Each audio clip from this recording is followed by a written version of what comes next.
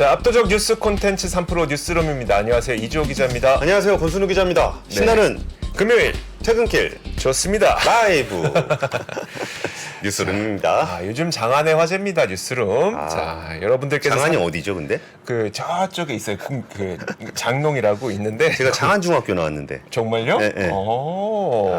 제 중학교에서 화제가 되고 있는. 자, 동창분들 모이십시오. 자, 좋습니다. 네, 오늘 이렇게 웃을 수 있는 거는 그나마라도 코스피가 반등을 좀 해줘서 좀 즐거운 마음으로 시황을 전해드리겠습니다.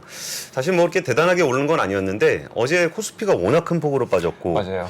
그리고 이제 빚에 대한 부담도 굉장히 컸고, 네. 그 반대 매매 통계 바뀐 거 아시죠? 아, 그러면 그 5천억이 사라졌습니까? 네, 사라졌습니다. 아, 드디어 사라졌군요. 지난번에 저희가 그 한프로 TV에서 네. 이거 통계 잘못됐다. 단독이었죠. 뭐 단독 뭐 그런 걸 단독이라고 그 반대 매매에 대한 공포를 너무 조장하는 네. 느낌이 있다. 뭐 4일 만에 2조 원 넘게 반대 매매가 이루어졌다고 하니까 굉장히 무서웠는데 네. 그런 부분들에 대한 통계도 개선이 됐고요. 그 미국장도 어제 좀 빠져가지고 네. 조금 걱정을 했는데 그나마 오늘은 기관과 외국인이 아니라 외국인은 요새 기대할 게 못 되는 것 같습니다. 네.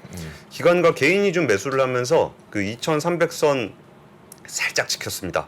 코스피는 그 0.16% 오른 2,302.81. 아까 보시면 저기 살짝 조금 내려간 거 있죠? 네. 저거만큼 내려갔다가 뭐 그나마 위에서 끝났습니다. 개인이 한 2천억, 기관이 한 2천억, 개인이 1,000억 정도 주식을 순매수했고요.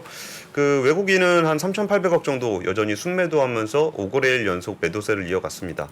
사실 지금 우리나라 시장도 문제지만 네. 그 외국인들 그 미국장에서 나오는 게 그러니까 우리나라 전체 시장에서 외국인 중에 절반 정도가 미국 자금이거든요. 네. 그러다 보니까 미국 시장이 워낙 안 좋다 보니까 우리나라에서도 자금을 좀 빼고 있습니다. 원달러 환율은 4.1원 정도 내렸고요. 그리고 저가 매수가 유입됐다라는 분석들이 좀 있기는 합니다. 근데 지금 저가 매수 어때요? 저가 매수라는 표현? 저가 매수요? 지금이 진짜 저가인지 누가 알아요? 그러니까. 네. 예. 근데 그나마 좀 2차 전지가 좀 반등을 좀 하면서 지켜져서 지수 자체는 보합 정도가 됐지만 그 2차 전지 반등에 비하면 나머지는 조금 그냥저냥했습니다. 삼성전자는 0.9%, LG에너지솔루션 0.13%, 포스코가 0.36% 강보합으로 장을 마쳤고요. 그 삼성 SDI가 어제 5% 넘게 급락했었는데 6.86% 급등했습니다. LG화학 같은 경우도 많이 빠졌었는데 2.93% 올랐고요. 네. 코스닥 같은 경우도 0.62% 오른 748.49로 마감을 했습니다. 에코프로 BM 1.95% 올랐고요. 에코프로 2.25% 올랐습니다. 그나마 오늘은 2차 전지주가 좀 선방하는 모양새를 보였습니다. 네. 그리고 첫 번째 뉴스는 뭐죠? 한번 헤드라인 볼까요? 네, 네. 자, 제가 준비한 뉴스입니다. 이거 아니죠? 예, 이거 아닙니다. 이거 아니죠? 예. 자, 국민연금 보험료에 대해서 요즘에 많은 관심이 있습니다. 이제 개선 방안이 계속 나오고 또 거기에 대한 사회적 논의가 이루어진 이후에 정해지는 그 수순을 밟아갈 텐데 오늘 나왔던 얘기는 뭐였었냐면요. 보건복지부가 제5차 국민연금 종합운영계획안을 심의를 했습니다. 자, 여기에서 나왔던 가장 좀 논란이 될 법한 이야기는 바로 뭐였었냐면 국민연금의 보험료를 연령별로 차등한다는 얘기인데요. 헤드라인에서 보시는 것처럼 젊을수록 천천히 오른다 이겁니다. 그러면 빠르게 오르는 분들은 장년층이겠죠? 예. 장년층의 반발이 거세지 않을까라는 내용입니다. 이번에 나온 내용이 뭐 어떻게 그러면 이제 지금부터 청년층의 보험료율 더 많이 낼 것인가 이거를 지금부터 정한다는 얘기는 아니고요. 이런 방안이 있으니까 여러분들은 어떻게 생각하십니까? 라는 제안을 한 거라고 생각하시면 될 것 같고요. 예를 들어서 그래서 만약에 보험료율을 지금보다 5%포인트를 인상한다. 그러면 예컨대 40, 50대는 한 5년 만에 올리고 20, 30대는 한 10년 만에 올리고 이렇게 된다는 겁니다. 만약에 이 방안이 채택이 될 경우에요. 근데 그렇게 되면 뭐 예컨대 5년이 지났을 때를 생각해 보면은 젊은 분들은 조금밖에 안 올랐는데 한 2.5%밖에 안 올랐는데. 근데 오래 내잖아요.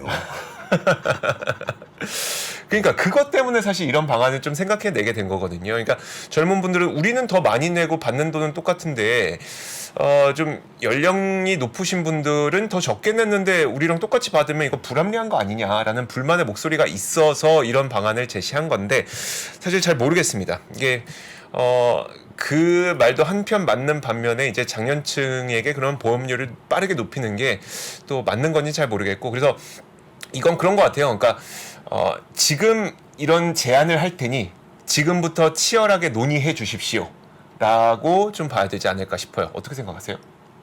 저는 비겁하다고 생각합니다. 그래요? 예. 이번에 그 조기용 보건복지부 장관이 정부가 구체적인 수치를 제시하는 것보다는 공론화 과정을 통해서 국민과 함께 만들어가는 것이 바람직하게 생각했기 때문이다. 그러니까 보험료율을 얼마나 올려야 되는지에 대해서 그냥 공란으로 뒀어요. 네. 근데 그 공란으로 둔 것은 일단 거기다 숫자를 집어넣게 되면은 내가 얼마를 넣어야 되는지를 알 수 있게 되잖아요. 그럼요. 그러면 국민들이 반발할 거라는 건데 사실 이렇게 첨예하게 대립되는 이슈나 세대 간 갈등을 유발할 수 있는 이슈는 네. 공론화 과정을 통해서 해결하기가 굉장히 어렵습니다. 답이 없겠죠. 그러니까요. 네. 그런 경우에는 오히려 그 사회의 리더들이 어느 정도 방향성에 대해서 명확하게 해주고 그리고서 그 국민들을 설득하는 과정을 거쳐야 됩니다. 네. 그러니까 우리가 이렇게 한 것들은 뭐 내가 진짜 정치적 책임을 지고 이렇게 한번 끌고 가 보겠다. 이게 정말 필요한 거다라고 해서 그거를 하라고 우리가 그분들에게 힘을 실어드리는 거잖아요. 필요한 거죠. 근데 그거를 그냥 국민들이 하세요라고 얘기하는 거는 그냥 싸우세요밖에 안 돼요. 싸우고서 누가 이기나 봐서 이기는 사람 편 들어드릴게요로 비춰질 수도 있거든요. 네, 네. 그래서 그 국민연금 이슈는 이전에 연금개혁위원회에서도 굉장히 많은 안을 줬고 그러면 정부가 어떤 방향성을 가지고 있는지는 조금 더 명확하게 했었어야 좋지 않을까라고 좀 생각을 들긴 합니다. 하긴 지금 정해야 될 게 많죠. 지금 뭐 보험료율도 정해야 되고 수급 시기도 정해야 되고 예. 그 소득 대체율도 정해야 되고 정해야 될 게 한두 개가 아닌데 예. 말씀하셨던 것처럼 너무 그냥 딱 맡겨만 놓으면 사실 지금 세대 간 갈등이 불거지게 될까 봐 좀 우려스럽기도 합니다. 예, 알겠습니다. 자, 다음 뉴스 한번 보도록 하겠습니다. 오늘 그 정무위원회, 그러니까 금융당국의 소관부서인 정무위원회 국정감사가 있었습니다. 네. 근데 여기서 김주현 금융위원장, 금융위원회는 금융제도를 만드는 네. 정부 부처죠. 여기서 공매도 일시 중단 후 제도 검토가 필요한 것 아니냐라는 윤창현 의원의 지적이 나왔습니다. 네. 근데 거기서 김주현 위원장이 뭐라 그랬냐면은 그동안 제도 개선을 했지만 다시 원점에서 최고 전문가들의 도움을 받아서 가장 투명하고 합리적인 절차를 통해서 필요한 모든 제도를 개선할 수 있도록 추진해 보겠다라고 말을 했습니다. 근데 여기서 그 어떤 부분이 좀 인상적이냐면은 일단 윤창현 의원이 네. 뭐라고 지적을 했냐? 3개월에서 6개월 내지 아예 공매도를 중단하고 투자 지적에 대해 종합적으로 검토한 뒤에 신뢰성에 의문이 갖지 않도록 조치를 하고 제기하는 게 맞지 않냐? 네. 근데 이 얘기는 저희가 예전에 공매도가 금지돼 있던 시절에 굉장히 많이 얘기를 했습니다. 그러니까 이거를 공매도 제도가 이제 시행이 되고 있는 상황에서 제도 개선하기는 좀 어려우니까 네. 공매도 제도가 그 중단돼 있었던 꽤 긴 기간 맞아요. 동안 네. 제도 개선을 하고서 열어야 된다라는 얘기를 했었는데 여기서 또 이제 윤창현 의원이 했던 얘기가 이게 기관과 외국인 슈퍼리치들의 편이라는 비판의 대상이 되고 있는데 네. 이런 공격을 받으면서까지 이렇게 그대로 둘 필요가 있냐라고 지적을 했을 때 김주현 금융위원장이 뭐라 그랬냐면은 그러니까 그 금융당국의 포지션은 항상 그러니까 그러니까 공매도라는 제도는 필요하다라는 얘기를 계속 해왔거든요.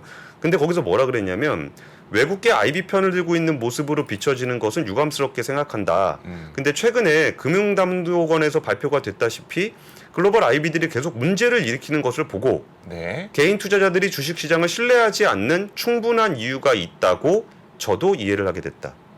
무슨 말입니까? 그러니까 태도가 좀 변한 거죠. 네. 그러니까 아니야 이건 괜한 우려야, 과도한 우려야라고 얘기를 해왔는데 네. 실체를 조사를 하다 보니까 아이고 이거는 개인 투자자들이 좀 신뢰하지 못하겠다라고 생각할 만하네. 네. 그러니까 이거는 진짜 원점에서 재검토를 해봐야 되겠다라는 얘기를 한 거고요. 그리고 이제 금융감독원은 이제 금융위원회가 제도를 만들면 이 제도에 대해서 잘 돌아가고 있는지를 모니터링하는 그런 네. 기관이거든요. 이복현 금융감독원장은 불법 공매도 관련해서 전수조사를 하겠다. 그러니까 지금 뭐 다 문제 없다라고 얘기하다가 그때 문제 되는 것만 적발이 된 거잖아요. 네. 근데 그런 게 아니라 전수조사를 해서 문제가 있는지 없는지를 한번 살펴보겠다라고 좀 얘기를 하고 있습니다. 사실 공매도 제도는 자본시장에서 일정한 필요가 있기는 있어요. 네. 근데 이 제도가 필요한 거하고 이 제도 운영상에서 불법 행위를 잘 적발해내지 못하는 건 다른 문제입니다. 별개 문제죠. 네. 그러니까 뭐 제도의 필요성이 있으니 뭐 그냥 두자라는 것은 안 되는 거거든요. 네. 그래서 이번에 그 원점에서 재검토를 한다고 하니까 정말 철저하게 재검토를 해서 개선을 해서 불법 공매도에 의한 투자들의 불신이 없도록 네. 하는 제도 개선이 좀 있기를 기원하겠습니다.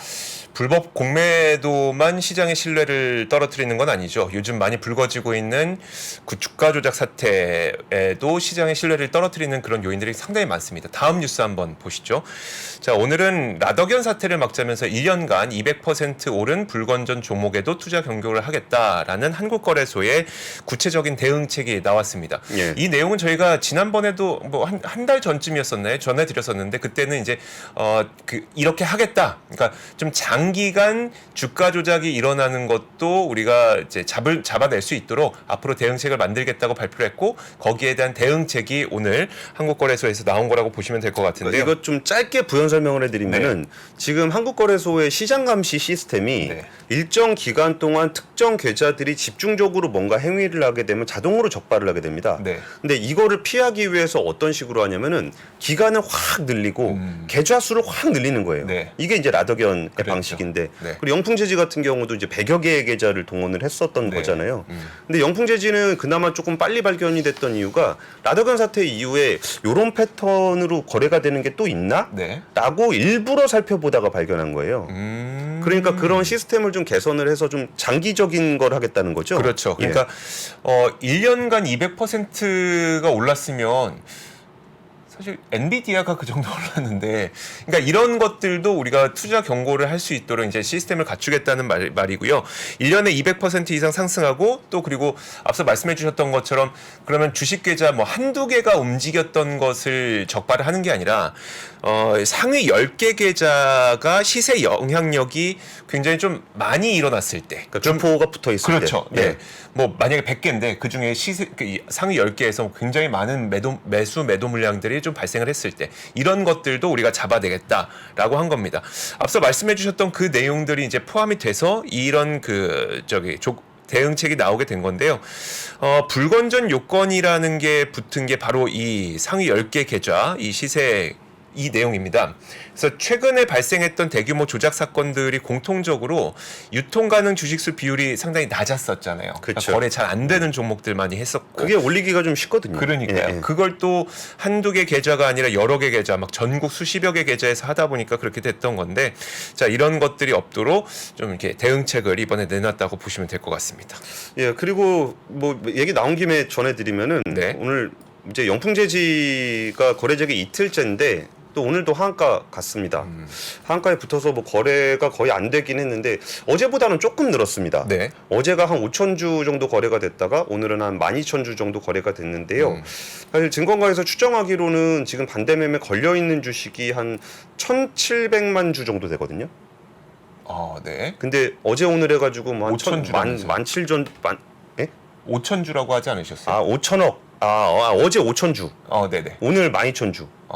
그러니까 17,000주 정도 거래가 된 건데 그러면은 반대매매 주수가 1,700만 주니까 한참 남았네요. 아직 한참 남았습니다.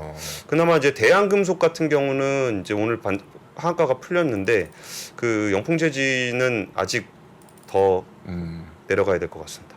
네. 그리고 다음 소식은 자, 다음 뉴스는 제가 전해드리겠습니다. 그 화장품 주식 관련한 얘기를 좀 드리려고 하는데요. 한번 같이 보시면은 같이 먼저 보시죠. 네. 180만 원까지 거의 180만 원에 육박하던 LG 생활건강이 거의 지금 30만 원이니까 5분의 1 토막이 났습니다. 진짜 여기가 이게 뭐 황후의 주식이라고 불렀잖아요. 네. 후 얘기 나오면서 이게 그 어제 실적 발표가 장 마감 이후에 나왔는데 영업이익이 전년 대비해서 32%가 줄은 1,285억 원을 기록을 했습니다. 그리고 여기에 또 영향을 많이 줬던 부분들이 그 중국 사업 관련한 부분이었거든요. 네. 그러니까 중국 사업들이 좀 잘 안 되고 여기에 또 이제 가맹 구조 개편한다고 해서 채널 변경한다고 일회성 비용들이 좀 많이 나가고 있어요.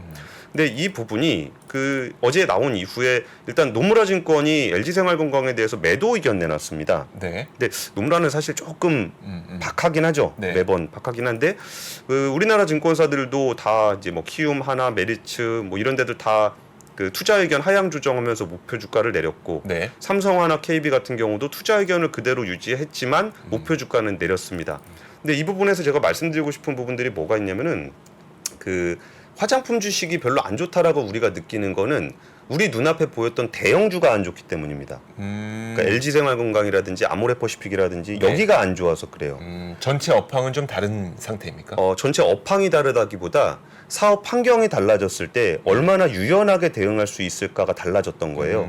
그러니까 중국에서 비즈니스가 잘 되고 있었으니까 여기에 계속적으로 그러니까 뭐 좀 지나면 괜찮겠지, 네. 경기 돌아오면 괜찮겠지라는 생각을 하다 보면은 막상 경기가 돌아왔을 때 경쟁 환경이 달라지는 부분에 대응을 못 하게 되는 거예요. 네. 그 표 한번 다시 보내주시면은 그 옆에 코스메카 코리아 네. 죄송해요. 네, 코스메카 코리아 차트를 같이 갖고 왔는데 보시면 다르죠. 같은 화장품주인데 그러네요. 코스메카 코리아는 또 달라요. 그러니까 이게 코스메카 코리아가 뭐 좋다 이 얘기를 드리는 게 아니라 네. 기업들이 사업 환경에 얼마나 잘 적응할 수 있는지에 따라서 똑같은 화장품 업종이라고 하더라도 저런 식으로 차별화가 되는 거예요. 그러니까 코스메카 코리아 같은 경우는 어떻게 했냐면은 여기가 이제 ODM 회사입니다. 네. 근데 요즘에 좀 인기를 끌고 있는 부분들이 그렇게 고가 화장품보다는 약간 인디 브랜드라고 하는 부분들이 예전에 고가 화장품이 잘 팔렸던 이유는 딱 고가 화장품에 백화점에 놓고 자기의 유통 채널 쫙 가지고 있으면 이게 힘이었습니다. 네. 근데 지금 유통 채널이 변경이 되면서 이게 뭐 틱톡이라든지 이런 데를 통해서 얼마든지 인디 브랜드들도 자기들의 마케팅을 할 수 있게 돼요. 네. 그러니까 좀 더 가볍고 트렌드에 잘 대응할 수 있는 화장품들이 잘 팔립니다. 그럼 그 잘 팔리는 화장품들이 그 백화점 입점해서 유통망 쫙 깔아서 할 수 있냐? 이건 안 되죠. 네. 그리고 직접 제조 시설을 갖기도 어렵습니다. 맞아요. 그러니까 오히려 이쪽에 미국 쪽에 ODM을 하고 있는 코스메카 코리아 같은 경우는 이 트렌드를 잘 맞춰간 거예요. 네. 그러니까 똑같은 한국 화장품이라고 하더라도 LG생과는 이렇게 5분의 1 토막이 났는데 코스메카 코리아 같은 경우는 굉장히 잘 나가잖아요. 네. 그러니까 이런 부분들은 정말 그 똑같은 업종이라고 하더라도 그냥 보면 안 된다. 이 지금 돌아가고 있는 트렌드에 적응하는 기업들은 또 이렇게 살아남는 거고 네. 여기에 더디게 적응하게 되면은 이제 와서 이거 교체한다 그래가지고 뭐 비용도 많이 들어가고 목표 주가까지 내려가는 일종의 굴욕이죠. 그렇죠. 예, 네. 그런 기간을 거쳐서라도 우리나라 대형 화장품 회사들도 다시 반등하기를 기원하면서 뉴스를 전해드렸습니다. 네. 자, 그리고 다음 소식 한번 보도록 하겠습니다. 자, 다음 소식은 기업 실적 한 가지 전해드리겠습니다. 요즘 이주호 기자 조선업에 좀 꽂혀 있네요. 아, 그게 아니라 요즘에 조선업종에서 실적이 나오니까요. 예. 뭐 나오는데 안 합니까? 네, 해야죠. 그리고 또 요즘에 선박 수출도 상당히 잘 이루어지고 있지 않습니까? 우리나라 국가 경제를 좀 잘 이끌어주고 있는 수출 품목 가운데 하나가 또 선박이다 보니까 선박에 관심이 많을 수밖에 없습니다. 오늘은 삼성중공업의 그 3분기 잠정 실적이 발표됐습니다. 사실 어제 권 팀장님이 이런 얘기 하는 이유가 어제 제가 또 HD 한국조선해양 예. 실적 전해드리고 바로 다음날 삼성중공업 실적을 전해서 그런데 자, 삼성중공업의 잠정 실적을 한번 보면요. 이게 잠정 실적이기 때문에 뭐 선종별, 사업 부문별 자세한 내용은 알 수 없지만 전반적으로 좀 잘 개선되고 있다는 것을 확인할 수가 있었습니다. 삼성중공업이 지난 3분기 매출액은 2조 255억 원, 그리고 영업이익이 758억 원 흑자를 기록했고요. 이번 1분기부터 흑자 전환을 시작했었거든요. 예. 그리고 3개 분기 연속 흑자 행진을 이어갔습니다. 1분기에 얼마의 흑자였는지 보면 196억 원. 그리고 2분기에 잘 들어보세요. 2분기에 589억 원 늘어났죠? 예. 3분기에 758억 원 또 늘어났죠. 그러니까 1, 2, 3분기가 차츰 영업이익이 늘어나는 그런 현상을 보였습니다. 그리고 또 3분기는 우리가 제조업의 특성상 휴가철이 있고 또 추석이 끼면 일을 안 하잖아요. 조업 일수가 좀 적은데도 불구하고 예. 차근차근 늘어났다는 점이 좀 의미가 있어 보이는데 그럼 왜 늘어났냐를 보는 게 가장 중요하겠죠. 고부가 선박 비중이 계속 높아지고 있어서 그렇습니다. 그렇죠. 대표적으로 이제 LNG 운반선 매출 비중이 증가하다 보니까 1분기보다 2분기가 낮고 2분기보다 3분기가 낮고 이런 상태가 좀 이어지고 있는데요. 삼성중공업에 따르면 연내에 LNG 운반선 카타르 2차 물량 그리고 그렇죠. 대형 FLNG 해양 플랜트 1기 수주가 그러니까 그러니까 예상이 되고 있기 때문에 올해 연간 수주 목표치를 달성하고 넘을 수 있을 것 같다라고 얘기를 했습니다. 삼성중공업은 현재 그 수주 달성률이 약 3분의 2 정도 되거든요. 그러니까 다 못 채웠는데 지금 2달밖에 안 남았잖아요. 근데 카타르 물량만 들어와도 거의 찰걸요. 거의 다 찰 겁니다. 그래서 사실 요즘에 그 조선사들 가운데 수주 목표치 못 채웠다고 좀 안달복달하는 조선사는 좀 없는 것 같고 하나오션은 20%대인가요? 뭐 한 20-30% 정도밖에 안 되는데 거기도 뭐 우리 수주 다 채워서 무리할 생각 별로 없다 이런 분위기죠. 그런 분위기니까요. 자, 이런 걸 보다 보면은 무슨 생각이 드냐면 일단 첫 번째로 우리가 그 해양 플랜트가 진짜 몇 년 동안 안 나왔었고 이 해양 플랜트 재고 물량 때문에 조선사들이 어마어마하게 힘들어했었는데 진짜 올해 해양 플랜트 나올 수 있을까? 첫 번째로 좀 관전 포인트가 될 것 같고요. 두 번째로 우리나라 조선사들이 이런 그 트렌드를 보이고 있다는 거는 결국 우리나라가 고부가가치 선종을 선별 수주를 좀 잘 하고 있는 것 같다라는 느낌을 좀 받게 됐습니다. 예, 네. 뭐 굳이 싼 배 받아서 뭐 하겠어요. 그도 우리가 진짜 그 저가 수주 때문에 그때 엄청 고생 많이 했었잖아요. 네. 그러니까 실적 개선세가 1분기, 2분기, 4분기 나오는 것도 네. 저는 그 저가 수주했던 물량들 슬슬 정리되면서 네. 그 이후에 좀 고가 선박 수주한 것들이 들어오게 만들어져서 건조되니까 좀 실적 그렇죠. 개선이 되는 게 아닌가 네. 싶습니다. 예, 진짜 갑자기 시청자 5,000명. 아니 6천이라고 쳐주십시오. 좀 있으면 6,000명 될 것 같습니다. 6분만 더 들어오시면 6천이니까요. 예, 너무나 감사드립니다. 아까 자. LG 생활병사 병사요? 아무래 퍼시피 정말 저희의 부족한 개그를 구독자분들이 시청자분들이 좀 채워주시는 것 같습니다. 네. 다음 뉴스 보시죠. 포드. 음. 포드하고 SK온하고 켄터키에다 공장 짓고 있는데요. 네. 이른바 포드 글로벌 SK인데 네. 여기가 이 공장 가동을 연기한다라는 소식이 좀 전해졌습니다. 그 전기차 가격 경쟁 심화로 수익성에 빨간불이 켜지면서 6주간 파업 사태 끝에 노조와 임금을 협상하는 과정에서 손실 부담이 커졌기 때문이다라고 포드 쪽은 설명을 하고 있습니다. 이게 포드 실적 관련해서 오전에 좀 그 유종 기자가 좀 설명을 해줬는데 이후에 이제 컨퍼런스 콜을 하면서 전기차 투자 계획 일부를 잠정 보류한다라고 발표를 했습니다. 포드가 한 16조 원 정도 투자를 축소한다는 계획을 가지고 있는데요. 사실 포드와 SK온은 2026년을 목표로 해서 켄터키 두 번째 공장 가동을 추진을 하고 있었습니다. 네. 그리고 이제 그 부분에서 지금 사업부, 전기차 사업부, 그러니까 포드의 전기차 사업부 손실 규모가 무려 3분기에만 1조 7,500억. 전기차만 따로 떼놓고 보면요. 예. 그리고 누적 3분기 말까지 해서 누적 손실로 보면은 4조 1,800억. 인 거예요. 근데 사실 이거를 좀 어떻게 보시면 좋으냐면은 네. 전기차를 많이 파는 회사들이 밸류에이션을 높게 받긴 하는데 네. 전기차로 실질적으로 돈을 버는 회사가 별로 없습니다. 전기차만 따로 놓고 보면 다 적자란 얘기죠. 그렇죠. 네. 그러다 보니까 이제 현대차 같은 경우에서도 컨퍼런스 콜 할 때 네. 전기차 뭐 중장기적으로 줄일 계획이 있냐라고 했을 때 그 지금 허들에 잡혀 있는데 우리는 넘어설 거다. 목표 안 줄일 거다라고 얘기했는데 네. 그건 뭐냐면은 그 글로벌 OEM 같은 경우는 지금 내연기관차나 하이브리드 차를 팔아서 수익을 남기고 네. 그러면서 전기차 시장의 점유율을 넓히고 여기에 연구개발비를 쏟아붓고 있는 상황이에요. 네. 근데 포드 같은 경우는 전기차 부분에서 나는 손실을 메울 만한 내연기관 캐시카우가 좀 약하죠. 네, 그렇죠. 이러다 보니까 지금 전기차를 못 따라가는 거예요.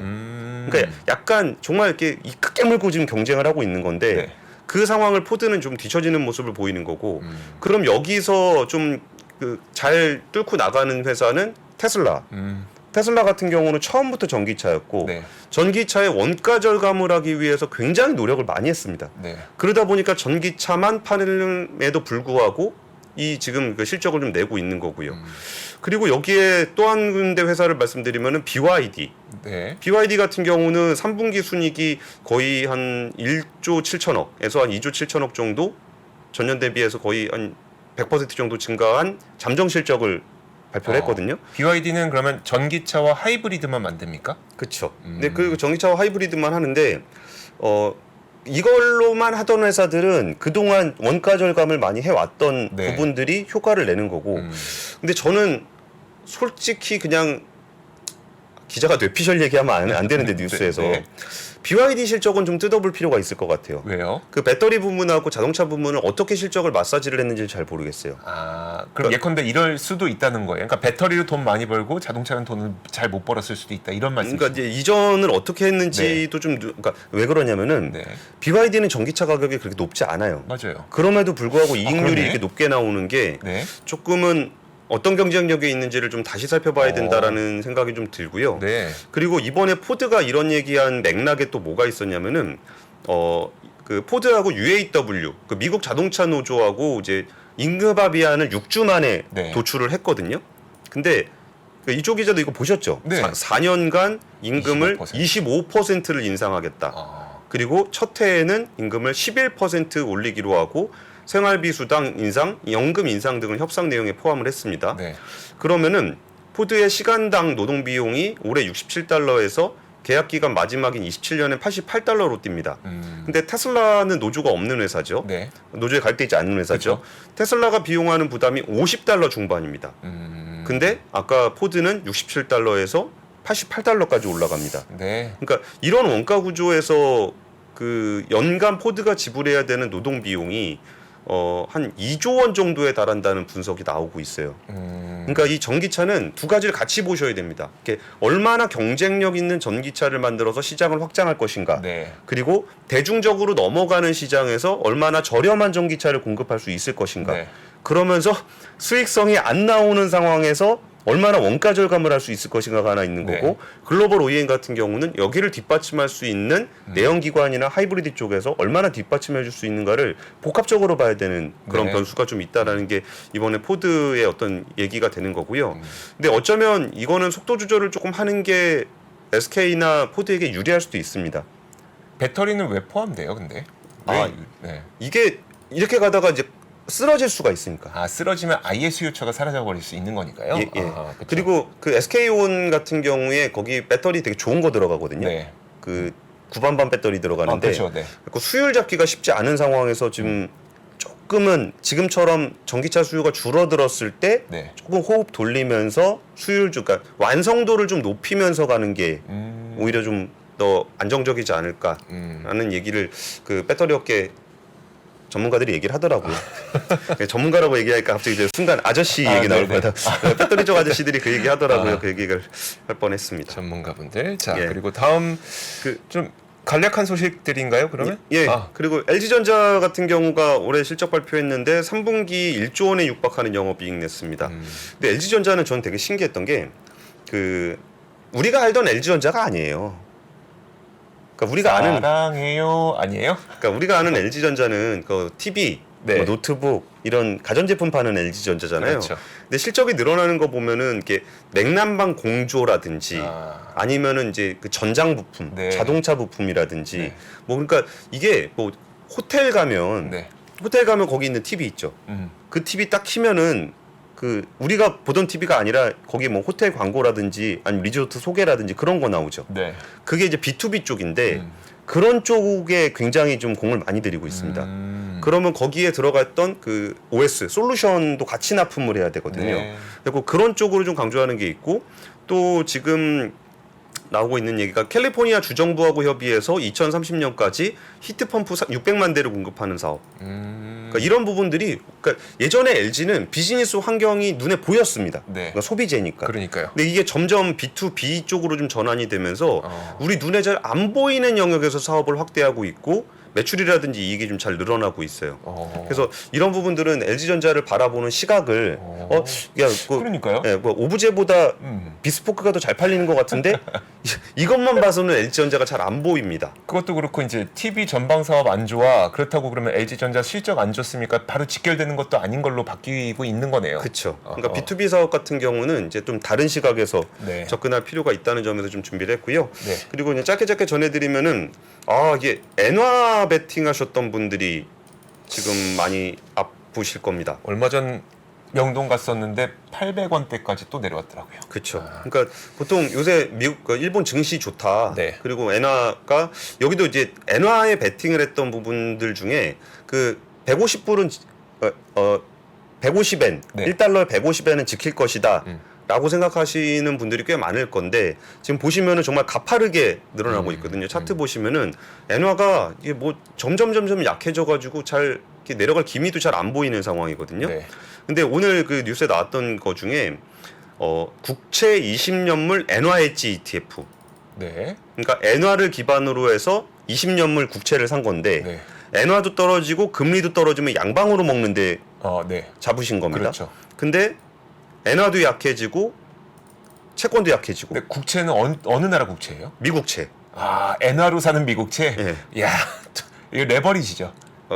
레버리지 거의 레버리지 같은 거죠. 예. 예, 그런 거죠. 네. 근데 거기가 지금 제일 많이 샀다는데 거의 최대 20% 이상 손실을 봤다. 그래서 이거는 그 외국 거에 투자할 때는 환도 좀 같이 보셔야 된다라는 말씀까지 전해드리면서 오늘 준비한 뉴스는 여기까지입니다. 자, 3프로 뉴스룸이었고요. 여러분 이제 주말입니다. 너무 좋은 주말 저녁 보내시면 좋을 것 같고요. 예, 그리고 뉴스 네. 끝났다고 나가지 마시고 퇴근길 라이브에서 맞다. 박근영 부장님과 또 함께 하시는 게 좋을 것 같습니다. 그 뒤에 퇴근길 심층에 또 저 나옵니다. 자, 저희는 다음 주에 오겠습니다. 고맙습니다. 감사합니다. 외환위기 오는 거 아니에요? 금융위기 오는 거 아니에요? 이런 질문들을 좀 굉장히 많이 받았었습니다. 탐욕이 되게 강했을 때 위험자산으로서의 극단적인 쏠림이 나타나고 공포감이 극에 달했을 때 안전자산으로서의 극단적인 쏠림이 나타나거든요. 과거의 일이 미래에 똑같이 일어난다 이건 아니지만 그때 당시에 위기 상황에서는 어떤 공통점들이 있었는지를 보면서 우리가 대비를 하는 방법도 고민해 볼 수 있고요. 과거를 제대로 이해하는 순간 위기의 실체가 드러납니다. 오건영의 현실 경제 이야기를 서점에서 만나보세요.